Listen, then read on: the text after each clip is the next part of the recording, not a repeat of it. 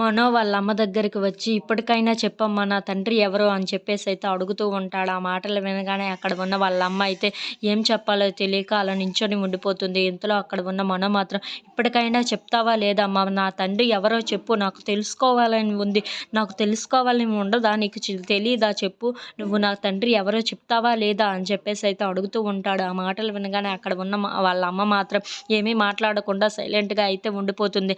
అమ్మ నా బాధ నీకు అర్థం కావటం లేదు, ఇప్పటికైనా చెప్పమ్మా నా తండ్రి ఎవరో నాకు తెలుసుకోవాలని చాలా ఆతృతగా ఉంది అని చెప్పేసి అయితే అంటూ ఉంటాడు. ఆ మాటలకు అక్కడ ఉన్న వాళ్ళ అమ్మ అయితే ఏమీ మాట్లాడకుండా మొహాన్ని అయితే పక్కకు తిప్పేసుకుంటూ ఉంటుంది. అది చూసిన మనో అయితే ఎంతకీ నువ్వైనా నా తల్లివేనా అని చెప్పేసి అయితే అడుగుతూ ఉంటాడు. ఆ మాటలు వినగానే అక్కడ ఉన్న వాళ్ళ అమ్మ అయితే ఒక్కసారిగా షాక్ అయిపోయి మనోనైతే చూస్తూ ఉండిపోతుంది. ఇంతలో అక్కడ ఉన్న మనో మాత్రం ఇప్పుడు నాకు మాత్రం డౌట్ అయితే వస్తుంది, నువ్వైనా కనీసం నా తల్లివేనా అని చెప్పేసి అయితే అడుగుతూ ఉంటాడు.